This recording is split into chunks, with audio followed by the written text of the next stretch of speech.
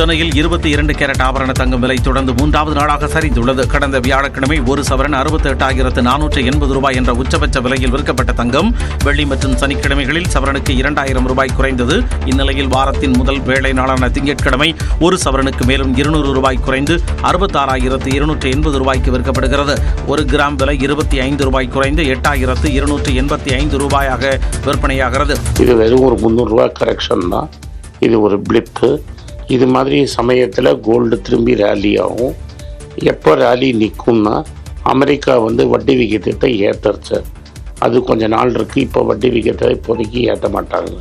ஆனால் கோல்டை நீங்கள் நம்பி வாங்கலாம். சென்னையில் 3 நாட்களில் சவரனுக்கு 2,200 ரூபாய் தங்கம் விலை குறைந்துள்ளது. வீட்டு உபயோகத்திற்கான சமையல் எரிவாயு விலை சிலிண்டருக்கு 50 ரூபாய் உயர்த்தப்பட்டுள்ளது. சர்வதேச அளவிலான கச்சா எண்ணெய் விலைக்கு ஏற்ப வீட்டு உபயோக கேஸ் சிலிண்டர்களின் விலையை மாதத்திற்கு 2 முறை எண்ணெய் நிறுவனங்கள் மாற்றி அமைத்து வருகின்றன.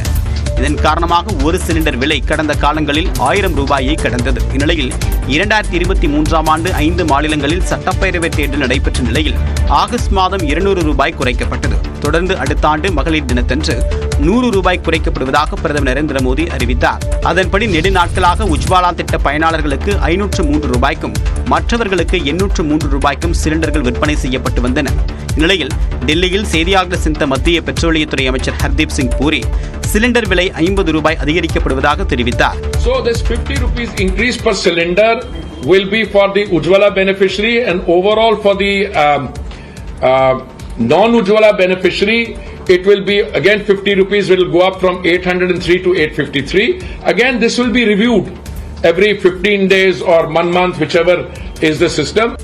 இந்த விலை உயர்வு இன்று முதல் அமலுக்கு வந்துள்ளது. நாட்டு மக்களின் வீடுகளில் அடுப்பு எரிய வேண்டுமா அல்லது அவர்களது வயிறு எரிய வேண்டுமா என கேஸ் விலை உயர்வு குறித்து முதலமைச்சர் மு.க. ஸ்டாலின் கேள்வி எழுப்பியுள்ளார். எக்ஸ் பக்கத்தில் பதிவிட்டுள்ள அவர், உலக அளவில் கச்சா எண்ணெய் விலை குறைந்துள்ள நிலையில் விலையை குறைக்காவிட்டாலும் ஏற்றாதீர்கள் என கெஞ்சும் பரிதாப நிலைக்கு நாட்டு மக்களை பாஜக அரசு தள்ளிவிட்டதாக தெரிவித்துள்ளார். தேர்தல் ஏதாவது வரும் வரை காத்திராமல் இந்த விலை உயர்வை உடனே திரும்பப் பெற வேண்டும் எனவும் வலியுறுத்தியுள்ளார். நாடு முழுவதும் வேலையில்லா திண்டாட்டம், அத்தியாவசிய பொருட்களின் விலைகளும் கடுமையாக உயர்ந்து வரும் சூழலில் கேஸ் சிலிண்டர் விலையை பாஜக அரசு உயர்த்தியுள்ளது வன்மையாக கண்டிக்கத்தக்கது என தமிழ்நாடு காங்கிரஸ் கமிட்டி தலைவர் செல்வ பெருந்தகை தெரிவித்துள்ளார். ஏழை நடுத்தர மக்கள் மீதான தாக்குதலை உடனடியாக திரும்பப் பெற வேண்டும் என பாமக நிறுவனர் ராமதாசும் வலியுறுத்தியுள்ளார். வீட்டு பயன்பாட்டிற்கான சிலிண்டர் விலையை 50 ரூபாய் உயர்த்தியது கவலை அளிப்பதாக பொதுமக்கள் தெரிவித்துள்ளனர். அடித்தட்டு மக்கள் அதனால ரொம்ப பாதிக்கப்படுவாங்க. 50 ரூபாங்கிறது அவங்களுக்கு ரொம்ப இம்பார்ட்டன்ட். ஏன்னா அவங்க 5-10க்கே ரொம்ப கஷ்டப்படுறவங்களாம் நிறைய பேர் இருக்காங்க. ஒரு 250 ரூபா கூலியை கொடுக்குறாங்க. இதில் கேஸு கொடுத்துட்டு நாங்கள் எப்படி குறைக்கிறது? ஏழைப்பட்டவங்களுக்குலாம் ரொம்ப கஷ்டம்தான். எல்லாமே விலைவாசி ஜாஸ்தியாக இருக்கிறதுனால ரொம்ப நெருக்கடி தான். வேலை இல்லை, வேலை பிரச்சனைங்க, அதனால் நிறைய பேர் கஷ்டப்படுறாங்க. சிலிண்டர் விலை கம்மியான எல்லாமே கம்மியானாலும் பரவாயில்ல.